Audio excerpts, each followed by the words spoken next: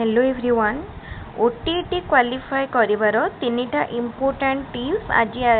Video रे मु share करिवे ताले जो माने ओटीटी एग्जाम दबा को जाउछंती ए वर्ष तीनिटा इम्पोर्टेंट जिंस ऊपर निश्चित भाव में गुरुत्व देबे ताले एई थरर ओटीटी एग्जाम टिके इम्पोर्टेंट काहे कि इम्पोर्टेंट सेटा मु शेयर करिया को जाउछी ताले एथरर जो ओटीटी एग्जाम हबो पूर्वर जो जूनियर टीचर बा जेटी एग्जाम होता 2023 रे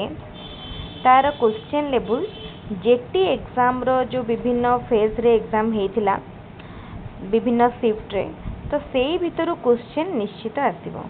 बेसिकली सीटीपी क्वेश्चन आपण जेटी रू प्रैक्टिस करंतु निश्चित सीटीपी क्वेश्चन जेटी रू पाई परिवे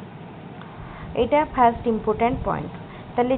जूनियर टीचर प्रतिटी शिफ्ट क्वेश्चन को प्रैक्टिस करंतु जूनियर टीचर प्रतिटी शिफ्ट क्वेश्चन को प्रैक्टिस कले एई वर्ष ओटीटी पाई बहुत हेल्पफुल हबो। एबे आमे जिबा सेकेंड टिप्स टी होची all previous year OTT question 2013 रु आरंभ करी 2023 पर्यंत सबु प्रीवियस ईयर क्वेश्चन को प्रैक्टिस करिनियंतु निश्चित भाव में ओटीटी एग्जाम सहजरे क्वालिफाई करि परिबे काना ओटीटी एग्जाम रे ही maximum question previous year question सब रिपीट हुए।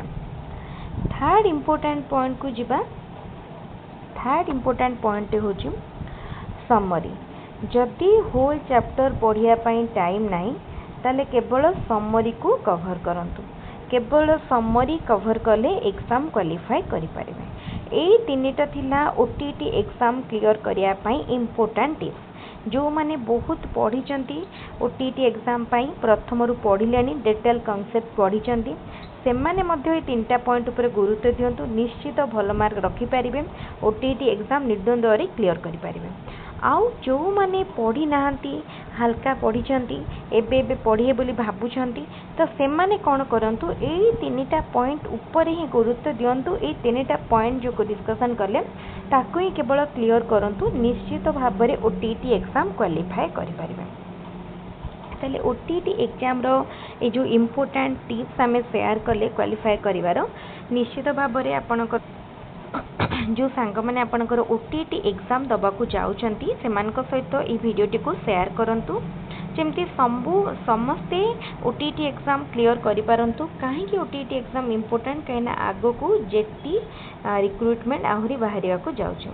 एबे हमर गवर्नमेंट चेंज होईची सब जिंस चेंज हबो बहुत वैकेंसी एबे भी रहिची ताहुरी फिलअप हबो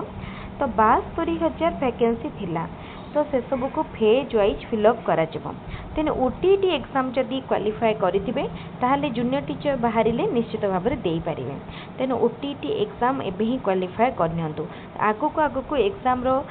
माने लेवल जदि देखिबा धीरे धीरे हार्ड ही जिवो डिफिकल्ट ही जिवो कहना आगुरु स्टेट एग्जाम बहुत सहज होतला धीरे धीरे तार लेवल एबे हार्ड होची तेनो एथि पई आपन को पूरा गोटे स्ट्रेटजी को फॉलो करिया को पड़िबो जे केति की मार्क टारगेट रखुचंती कैटेगरी बेसिस रे केति की रहउची सेटा को देखिकी क्वालिफाई पाई स्ट्रेटजी बने की पढ़ंतु बेकार बहुत गुडा पढ़ुतिबे किंतु जोटा की तार एग्जाम पाई किछि रिलेवेंस नथिबो तो सेई सब जिंस पढ़ंतुनी जते की जिंस रो रिक्वायरमेंट अछि सेते की जिंस ऊपर अधिक फोकस करंतु ताहले निश्चित भाव में ओटीटी एग्जाम क्वालिफाई करि परिबे। ताले हमरो वीडियोटी जदि भल लागुची ताले हम यूट्यूब चैनल को सब्सक्राइब करंतु वीडियोटी को लाइक करंतु सांगमान संगे वीडियोटी को शेयर करंतु ता सहित Telegram channel link description box रे दिया जाइए टेलीग्राम रे जॉइन करी free notes and PDF collect करंतु। ताले आज वीडियो को रखिबा थैंक यू पुणी आ गोटे वीडियो रे इंपोर्टेंट कंटेंट डिस्कशन करबा थैंक यू।